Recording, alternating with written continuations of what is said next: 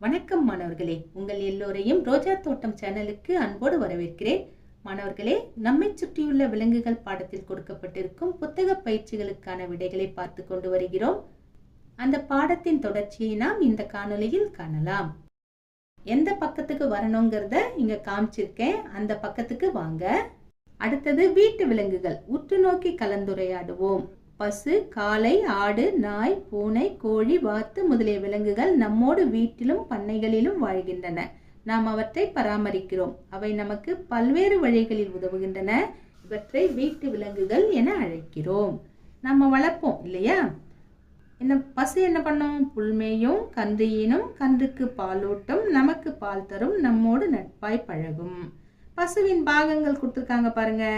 பசுவுக்கு கொம்பு இருக்கு, காது இருக்கு, வால் இருக்கு, அதனுடைய கால் இருக்கு இல்லையா, அதை நம்ம குளம்புன்னு சொல்லுவோம். குளம்பு இருக்கு. காளைகள் வயலை உழுவதற்கு உதவுகின்றன. பசு பால் கொடுக்குது, காளை எதுக்கு உதவுதுன்ற டவுட் உங்களுக்கு வரலாம். வயலை உழுவதற்கு காளைகள் உதவுகின்றன. அடுத்தது பாருங்க, செய்து கற்போம். பாகங்களை குறிக்க. இங்க ஒரு ஆடு கொடுத்துருக்காங்க. என்னென்ன பாகங்கள் குறிக்கணுங்கிறதையும் அவங்க கட்டத்தில் கொடுத்துட்டாங்க. குளம்பு, காது, வால், கொம்புலாம் கொடுத்துட்டாங்க. கொம்பு இதோ இருக்கா, காது இதோ இருக்கா, வால் இருக்கா, குளம்பு இருக்கு. ரொம்ப எளிதுதான், குறிச்சிட்டோம். அடுத்தது இலைகளை பயன்படுத்தி உருவாக்குக. இலைகளை எடுத்துக்கோங்க, இந்த மாதிரியே நீங்க வச்சு ஒட்டுங்க. உங்களுக்கு என்ன கிடைக்கும்? ஒரு அழகான எலி கிடைக்கும். இலையை வச்சு செய்யறதுனால பச்சையான எலி கிடைக்கும், பச்சை கலர்ல இருக்கும். அடுத்தது மாட்டு பொங்கல் வந்து காளையை அலங்கரிக்க. இங்க அலங்கரித்த காளையை காட்டியிருக்காங்க. இதை பார்த்து அதே மாதிரி நீங்களும் அலங்கரிக்கலாம். காட்டு விலங்குகளை பத்தி கொடுத்துருக்காங்க. சில விலங்குகள் காட்டில் வாழ்கின்றன. அவற்றை காட்டு விலங்குகள் என அழைக்கிறோம். பாலுவின் குடும்பத்தினர் முதுமலை புலிகள் காப்பகத்திற்கு சென்றனர். அவர்கள் அங்கே படத்தில் உள்ள விலங்குகளை பார்த்தனர். முதுமலை புலிகள் காப்பகம்.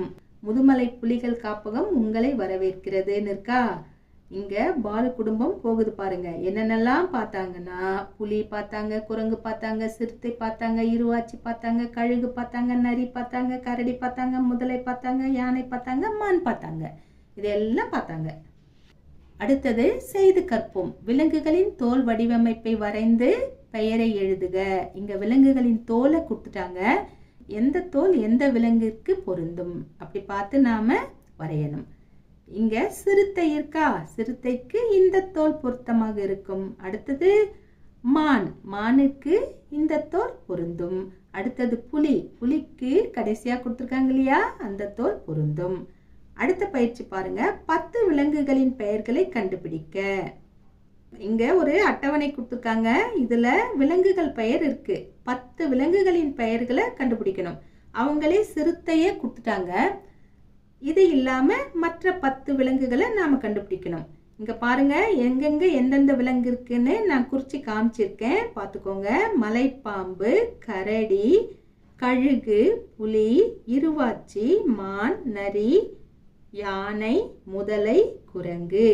இதெல்லாம் இங்க இருக்கு பாருங்க, நோட் பண்ணிக்கோங்க. அடுத்தது கற்றல் பயணம். பறவையின் பாகங்களை குறிக்க. ரொம்ப எளிதுதான், நம்ம ஏற்கனவே குறிச்சதுதான் இல்லையா. எந்தெந்த பாகங்களை குறிக்கணும்னு கீழே கொடுத்துருக்காங்க பாருங்க. அலகு, இறக்கை, வால், கூர்நகங்கள். அலகு இங்கே வரும், இறக்கை இது, வால் இது, கூர்நகங்கள் இது. இதை பார்த்து அப்படியே குறிச்சுக்கோங்க. அடுத்தது ஆடு மற்றும் மீனின் 2 பாகங்களை எழுதுக. ஆடு கொடுத்துருக்காங்களா, ஆட்டின் 2 பாகங்கள். எதை எதை எழுதலாம்? கொம்பு எழுதிடலாம், கொம்புகள். கீழே குளம்பு, கால் இருக்கு இல்லையா, அந்த இடத்துல குளம்பு, குளம்புகள் எழுதிட்டோமா. அடுத்தது மீன் கொடுத்துருக்காங்க. மீனுக்கு நாம எதை எழுதலாம்? துடுப்பு. அதுக்கப்புறமா செதில்கள். அடுத்தது படத்தை பார்த்து கூறுக. ஒரு குட்டி விலங்கு கொடுத்துருக்காங்க, கேள்வி கேட்டிருக்காங்க. என்ன கேள்வி? 1, இந்த சிறிய விலங்கின் பெயரை கூறுக. இந்த விலங்கின் பெயர் என்ன? வெட்டுக்கிளி. 2வது கேள்வி, இது எவ்வாறு நகரும்? இது பறத்தல் மூலம் நகரும், நடத்தல் மூலமும் நகரும். இதுக்கு பறக்கவும் தெரியும், நடக்கவும் தெரியும். சரிங்களா? அடுத்தது நானே செய்வேன். ஊர்ந்து செல்லாத விலங்கை வட்டமிடுக.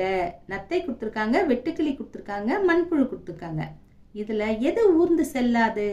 வெட்டுக்கிளி ஊர்ந்து செல்லாது. அது நடந்து செல்லும், இல்லைன்னா பறந்து செல்லும். அதனால அதை நாம வட்டமிடலாம். அடுத்தது நீரிலும் நிலத்திலும் செல்ல வார்த்திற்கு உதவும் உறுப்பை வட்டமிட்டு எழுதுக. எந்த உறுப்பு? இதோ காலில் இருக்கு இல்லையா, விரலிடை ஜவ்வு, இந்த உறுப்பு தான். இதை நாம வட்டமிடலாம், எடுத்து எழுதலாம். அடுத்தது படத்தை பார்த்து நிழலை முழுமையாக்குக. மரம் இருக்கு, சூரிய ஒளியும் இருக்கு. அந்த நிழல் எப்படி இருக்கும்னு பார்த்து இங்க கொடுத்துருக்கோம், பார்த்து வரைஞ்சிக்கோங்க. அடுத்தது படங்களை 1 முதல் 4 வரை எண் இட்டு வரிசைப்படுத்துக. இவங்க வரிசை மாதிரி கொடுத்துருக்காங்க, நாம சரியான வரிசையில எழுதணும். முதல்ல தண்ணீரை பிடிக்கணும், அது 1. அதுக்கப்புறம் வடிகட்டணும், அது 2. அதுக்கப்புறம் கொதிக்க வைக்கணும், அந்த ஸ்டெப் 3. அதுக்கப்புறமா மூடி வைக்கணும், இது 4. அடுத்தது காற்றையும் நீரையும் அசுத்தப்படுத்தும் செயல்களுக்கு சிவப்பு வண்ணம் இடுக. இங்க டயரை கொளுத்துறாங்க, இது காற்றை அசுத்தப்படுத்தும் செயல், எனவே சிவப்பு வண்ணத்தை இடலாம். அடுத்தது செடி வைக்கிறாங்க, இது நல்ல செயல், இதற்கு வண்ணம் இடக்கூடாது. அடுத்தது தண்ணிக்குள்ள கேரி பேக போடுறாங்க, இது நீரை அசுத்தப்படுத்தும் செயல், இதற்கு நாம் சிவப்பு வண்ணத்தை இடலாம். அடுத்தது ஒரு பைக் போகுது, அது பின்னால அவ்வளோ புகை வருது, இதற்கு நாம் சிவப்பு வண்ணத்தை இடலாம். அடுத்தது மறுசுழற்சி செய்ய வேண்டிய பொருள்களை ஒரு குப்பை தொட்டியில போடுறாங்க, இது நல்ல செயல், இதற்கு நாம் எந்த வண்ணமும் அடிக்க வேண்டாம், விட்டுடலாம். அடுத்தது வாய்மொழி வினாக்கள். இந்த கேள்விகளுக்கு நீங்க வாயால பதில் சொன்னா போதுமானது. உங்கள் வகுப்பினருடன் பூங்காவிற்கு செல்லும் போது பூங்கா தூய்மையாக இருக்க கடைபிடிக்க வேண்டிய ஒரு வழியை பகர்க. பூங்கா தூய்மையா இருக்கணும்னா குப்பைகளை நாம் கொண்டு போய் குப்பையில் போட வேண்டும், பூங்கால அங்கங்க போடக்கூடாது, இதுதான் விடை இல்லையா? அடுத்தது வீட்டு விலங்குகளுக்கும் காட்டு விலங்குகளுக்கும் இடையே உள்ள வேறுபாடு யாது? மனிதர்களால் வீட்டில் வளர்க்கப்படும் விலங்குகள் வீட்டு விலங்குகள் எனப்படும், காட்டில் வாழும் விலங்குகள் காட்டு விலங்குகள் எனப்படும், இதுதான் வேறுபாடு. அடுத்தது ஒரு செயல் திட்டம் கொடுத்திருக்காங்க. உங்கள் வீட்டில் காணப்படும் மிக சிறிய உயிரினங்கள் 3 பெயரை உற்று நோக்கி எழுதுக, அவற்றின் பொருத்தமான இயக்கத்திற்கு குறியிடுக. 3 விலங்குகள் எழுதணும், நான் 4 விலங்காவே கொடுக்கிறேன், சரிங்களா? ஈ, கரப்பாம்பூச்சி, எறும்பு, பல்லி, இதெல்லாம் நம் வீட்டில் காணப்படும் சிறிய விலங்குகள். ஈ நடப்பன பரப்பன, ஏன்னா ஈக்கு ரெக்கை இருக்கு, காலை இருக்கு. அடுத்தது கரப்பாம்பூச்சி நடக்கும் பறக்கும், டிக் போட்டுக்கலாம். எறும்பு நடக்கும். பல்லி ஊர்ந்து செல்லும், அதனால ஊர்வனுக்கு நேரா டிக் போட்டுக்கலாம். அடுத்தது வீட்டில் உள்ள மண்ணாலான ஒரு பொருளை கண்டறிந்து அதனை வரைக, அப்பொருளின் பெயரையும் அதன் பயனையும் ஆசிரியரிடம் கூறுக. மண்ணால் ஆன பொருள் எதை வரையலாம்? நான் மண்பானையை வரைஞ்சிருக்கேன், இதனுடைய பெயர் மண்பானை, இதனுடைய பயன் நீரை குளிர்ச்சியாக வைத்திருக்க மண்பானை பயன்படுகிறது. அடுத்தது திறம்பட இயங்கு, தெளிவாக சிந்தி. எக்ஸசைஸ் எல்லாம் கொடுத்துருக்காங்க, சூப்பர் எக்ஸசைஸ், ஒரு குட்டி பையன் செய்து காமிக்கிறான் பாருங்க. இதே மாதிரியான எக்ஸசைஸை பயிற்சிகளை நீங்களும் செய்யணும், செஞ்சீங்கன்னா உங்கள் உடல் திறன் அதிகமாகும். அடுத்தது பாருங்க, அமைப்புகளை நிறைவு செய்வோம்.